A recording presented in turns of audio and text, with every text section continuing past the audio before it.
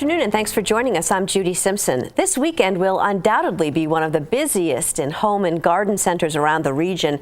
There's a lot that can be done in our gardens and landscapes, from pruning and planting to preparing perennial beds and more. So back with me today are two garden and plant experts from the University of Vermont. It's always a pleasure to welcome Leonard Perry and Ann Hazelrigg. Thanks so much for coming in. Yeah, thank you. Now, Leonard, you have some color to get us started, which is always lovely. Do. Of course, this time of year you got to have some color. And so I didn't know what, all these things I figured, well, I'll just bring in a sampling here. There's just so many different things. And that's the hard part. You come back an hour later, I'd have a whole different one. That's right. the problem. But, trying to get some different things. That's why I wanted to show some people may be familiar with this petunia that's called Night Skies. Came out a few years ago with the white spots. Looks kind of like the night with the stars. I call them polka dots. Yeah, there we go. This one I haven't seen before, Pink Skies. Yeah, I have some of those. I'm going to put those together. Thought that'd be nice. This has always been one of my favorites. A creeping plant about 6 inches high. It's a creeping zinnia. It's not really a zinnia, but the flowers kind of look like it. They're just real miniature, but pretty yellow. And this is called Sunbeanie, but you can buy those. Then there's some petunias that are smaller. Over here, the purple and white, that's a violet star. It's a supertunia. And there's a pink star too. So I'm going to put those together and try it. This is one of the black. There's several black petunias. These are really striking. Those came out a few years ago, and there's several varieties now. You can get those combined with so many things as you see here. The yellow, I love the contrast, or with the white. The white. Now there's the first one of these that came out. It's a spurge. Was Diamond Frost. Well, there's several other varieties. This is double diamond, one I hadn't seen before. It's wow, look at that. Very compact and just solid flowers. This really mixes in. This is more typical of the Diamond Frost. It kind of fills in. It's a nice like filler. Baby's breath. Yeah, it's a great one to put in that way.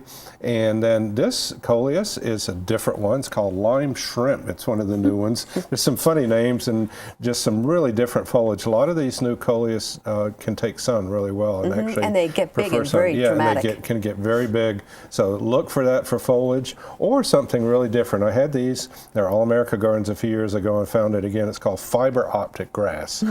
Grasses are great again for texture to mix in, but this looks like little fiber optics. So just a selection to get you inspired. Exactly. Now you also you're a vegetable grower and you've brought some potatoes to show us. I did bring a couple things. A seed potato.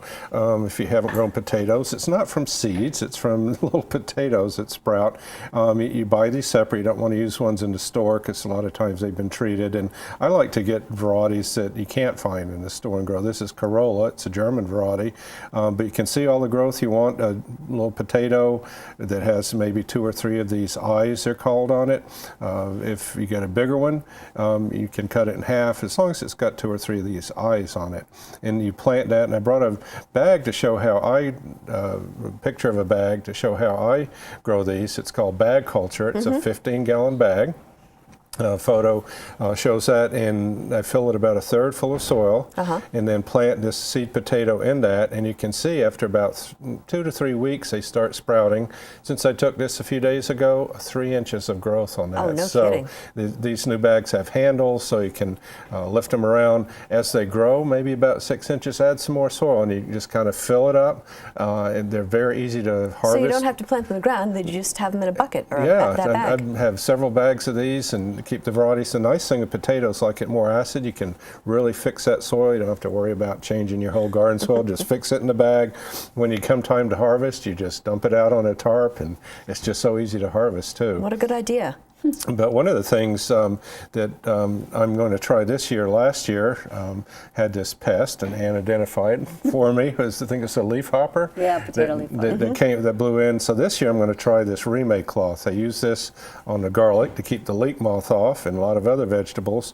And this is the fine version. There's different weights. There's really 3. This is a thin, and then this is a little bit thicker one. I find sometimes the thin one really just tears too easy, especially when you get out in the sun. So I tend to use a thicker one. It cuts down the light 20–30%, but that really doesn't do any harm. Does more harm to have the insects in, so I just cover the whole area with that or the plants.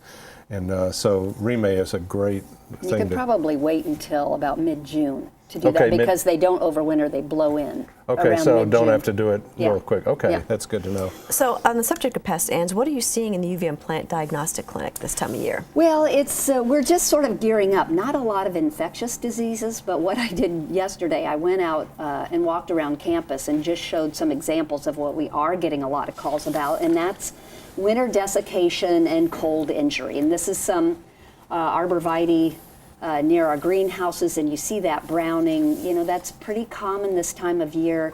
Evergreens have their needles or their leaves on all winter, and as the ground freezes, they still lose moisture. So you see that browning. And people get really concerned about it, and they're afraid it's an infectious disease, but almost always it's just this winter browning. And if you can clip it out, same with rhododendrons. We see Well, this. that's pretty sad. Yeah, clip out all that dead growth. And if you look lower in the plant, it looks a little better. So you might want to clip it out, and probably Leonard would tell you to fertilize it, give it a little boost probably. So that plant will survive. Oh, it will survive. It looks pretty scraggly though. And then I think I had maybe one more of a boxwood hedge, yeah, right out in front of our building that really took a hit this past winter. So sometimes you can protect those. We'll have to talk about that in the fall, how to protect some of the evergreens with like burlap or windscreen. But that's a lot of what I'm seeing. So basically cleaning it up, giving it a little boost, and crossing your fingers. So Leonard, you usually have some tools that you like to show us. I do. I this time brought of a big one today, but very effective. It's the tick tool. And a lot of people, ticks is bad season this year. The main thing with ticks, you don't want to take them off with the tweezers. Very tempting to get in there, but that just squeezes them, and they can do more damage. But so basically what you do is if you have a tick, just put that and just pull it along, and it just, especially if it's dug in, it kind of loosens it up and lifts it off. So tick tool, you can get those at drugstores. They're all very different kinds, inexpensive. but I like this one because it's big and you can find it in a drawer. Yeah, it's colorful too. I like the bright colors. Does it also open beer bottles? Don't think it would unless it's real small beer bottles. So Good point. yeah. Now, on previous programs, you've reviewed the best defense against ticks. Maybe that's worth repeating Right, for yeah, folks. just wanted to repeat a couple things about that because there's so many sprays out there. Some are more effective And than ticks others. are active this time of year in the spring. Yeah, this are really time active. of year, later in the season too, permethrin is the best, but that's only on your clothes, and not that it's bad on skin, but the skin actually inactivates it. So you want to put that on your clothes. It lasts for Or if you maybe a camp couple on, weeks. on Yeah, tents and stuff. exactly, that kind of thing. A DEET product or picaridin on the skin, those are the most effective for the ticks. I know there are a lot of natural-based things that are good for other biting flies and things, not so much for the ticks, a lot of these natural oils. So a combination sometimes of what I do is put one of these other products on the skin and then put the permethrin on the clothes. So, Yeah, we actually have a pair of jeans and shirt that we hang in the garage that have been treated, and that's what we wear outside. yeah, and we leave it exactly. in And the you can garage. actually buy clothes Yeah. that have been treated with that, and Yeah. it's impregnated in there. Anything else you wanted to highlight? Right. So ticks is a big thing I wanted to talk about, but also staking. Now, as you put things in, think about that. Of course, with the tomatoes, you have the cages and all, but I brought some staking materials because if you're out at the garden stores now, you can see, again, a whole host of different materials. One of the things, and we're talking more the herbaceous things now, flowers and things as opposed to trees. That's a different thing. I tend to like this. It's kind of cool. It's twine, and it's lasts pretty much through the season, but you can clip that on your belt, so you don't have this string of twine going all over the yard. This is another product. It's a soft wire. This is probably even better because it's not the wire that's going to cut into plant. It has a rubber coating on it. Yeah, it's pretty stiff, and that will last many seasons. So that's my favorite so far. You'll see a Velcro product. This is just a Velcro tape.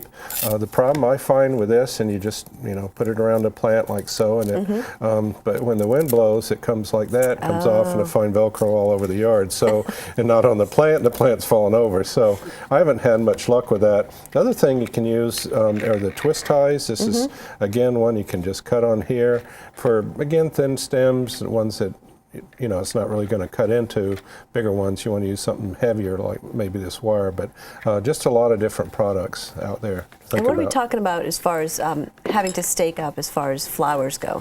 I know peonies. Yeah, peonies, and they're actually cages you can put around those. A lot of the newer ones don't require staking, but delphiniums, for instance, that's a classic one that I find wherever I stake it, then it tends to fall over there. So you have to go way up high with that. I put actually some rebar posts in and wrap this string around, and so it has kind of a cage to go around in, but it doesn't fall over. Sometimes, so if you get a lot of wind, you might have to put a stake by each stalk, and maybe a bamboo stake even to help, you know, keep it upright. So this is lilac season. Lilacs are just starting to come into bloom, which is wonderful. But then there's some maintenance that you need to do afterwards. Right. A lot of people wonder about pruning lilacs, and the thing I find in anything that blooms in the spring, the forsythia, the rhododendrons, prune it right after it finishes bloom. Otherwise, that's when they start making flowers for next year. And if you prune it too late in the season, you're cutting those off the off. flowers. And people that like to cut, don't have so many, I can't deal with them, but if you have some you'd like to cut back, when it finishes bloom, cut it just below the bloom, because this shoot will come out and grow. That'll be where the flowers are next year. Oh, and if you cut it too low down here, you're cutting off next year's shoots and flowers. So don't cut it too low, just right below the flowers if you're going to deadhead or take them off.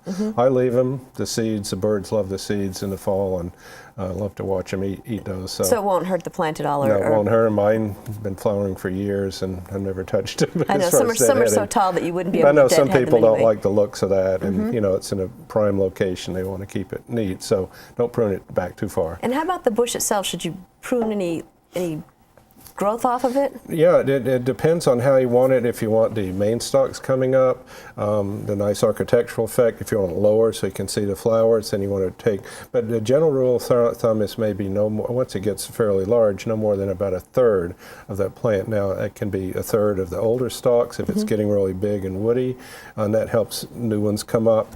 Or if you want to keep the size down, maybe, you know, take those new shoots back about a third. Okay.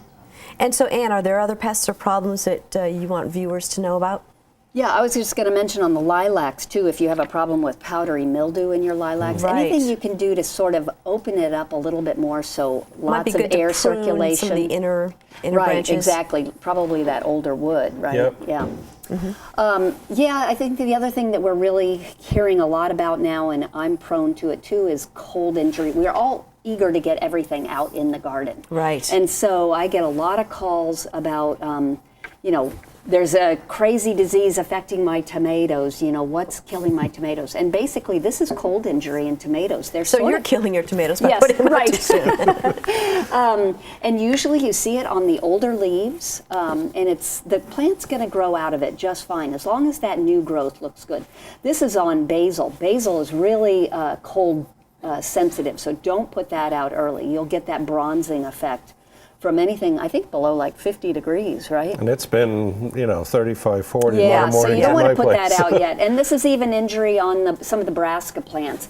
But basically what you want to do is if you see that bleaching of tissue, always look at the new growth. And if that new growth looks good, you're fine. You know, you can pick off those older leaves if you want, but the plant usually just recovers just fine. So nothing to panic about. No, nothing to panic about, but just don't jump the gun too much on putting out the transplants. Or if you do put them out, you know, if we are going to have one of those really Cover cold them. nights, cover them up. Yeah, some of that cloth we showed earlier, that Yeah, the remains remade good, would be the perfect. thicker version of that. It'll Right. give you maybe 2 to 4 degrees, so if it's, you know, 32 or 28, it might keep it at Get you through. 32 or Right. so. It might Yeah. get you through, and hopefully we're not going to have too much more, but Yeah. a lot of people, if they're in a colder area, best to wait. 'Cause a lot of these, especially like the basil, they aren't Yeah. going to grow much anyway until Right, it's they warmer just and sit the still. ground is Yeah. cold, Yep. and so it's best, same thing sowing seeds. Yeah, Just wait till exactly. later, otherwise they're going to just languish there and may rot. Now we've got about a minute left, Leonard. I know that you want to talk about your upcoming garden tours. Just wanted to mention, yeah, the tour we have in September, September 17th on a Monday, a day trip up to Montreal Botanic Gardens to see the Chinese lantern lanterns again. They change each year. This is from last year. Shows, these are not just lanterns that hang in a tree. These Right. are huge, larger than life, varies with a theme. And so if people are interested, they can go to my website, Perry's Perennial Pages, perrysperennials.info, and I have a link right there to the forum and registration. And it's filling. We only have about 15 seats left, so if you're interested, better get on it soon. And Ann, if home gardeners have any questions, yeah, you can help them. And how can they get contact Yeah, they you? can call the Master Gardener Helpline. This is our helpline staff. They're friendly and helpful, and please feel free to call and we'll try to get you an answer. Terrific. Well, I want to thank you both for Yeah, joining us thank today. you. Thanks. That's our program for today. I'll see you again next time on Across the Fence.